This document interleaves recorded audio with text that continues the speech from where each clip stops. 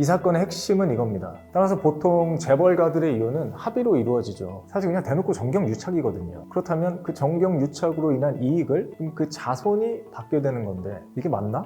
순간 좀 뭔가 좀 이상하지 않나요?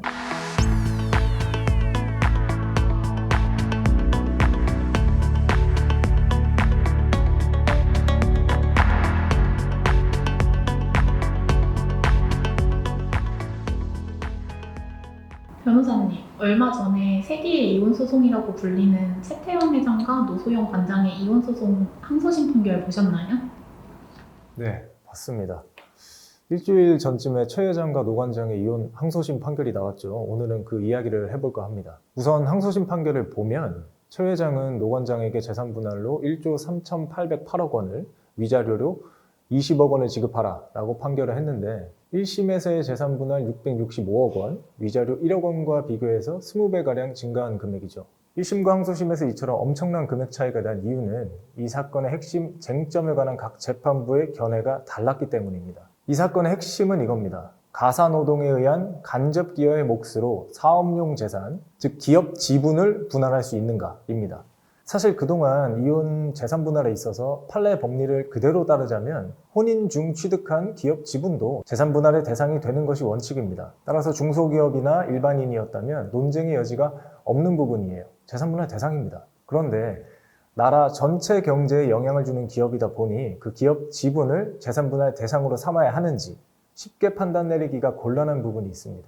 왜냐하면 나라 전체에 영향을 미치는 거대 기업의 지분을 재산분할 대상으로 삼게 되면 그 부부간의 분쟁으로 인해서 별개의 인격체로 존재하는 기업, 즉 사업체의 존립과 운영에도 과도한 영향을 미칠 수 있기 때문입니다. 그리고 그것은 우리 나라, 즉 우리 국민에게 피해로 돌아올 우려가 있기 때문이죠. 그래서 이게 기업 지분인데 원칙대로 해? 그래 하자라고 이렇게 간단하게 판단하고 넘어갈 수 없는 문제인 겁니다. 따라서 보통 재벌가들의 이혼은 합의로 이루어지죠.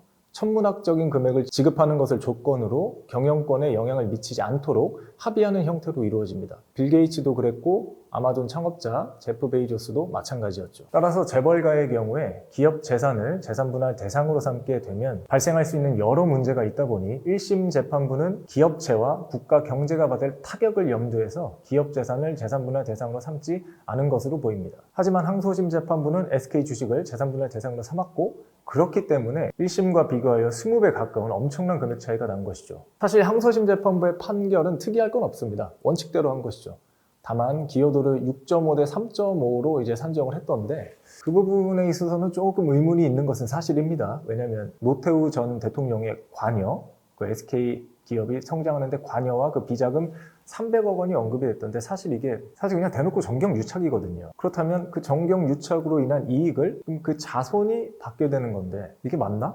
순간 좀 뭔가 좀 이상하지 않나요? 네. SK 주식을 재산분할 대상으로 삼은 것은 옳은 판단이었다고 생각하지만 그 기여도 산정 부분에 있어서는 조금 의문이 남는 판결인 것은 어쩔 수 없는 것 같습니다. 네, 오늘은 최 회장과 노 관장의 이혼 항소심 판결에 대해서 1심과 달리 금액이 20배가량 증액된 그 이유에 대해서 알아보았는데요. 최 회장이 이제 상고한 것으로 알고 있고 이제 최종 판단은 대법원에 맡겨져 있네요. 최종 결론이 어떻게 날지 기대가 됩니다.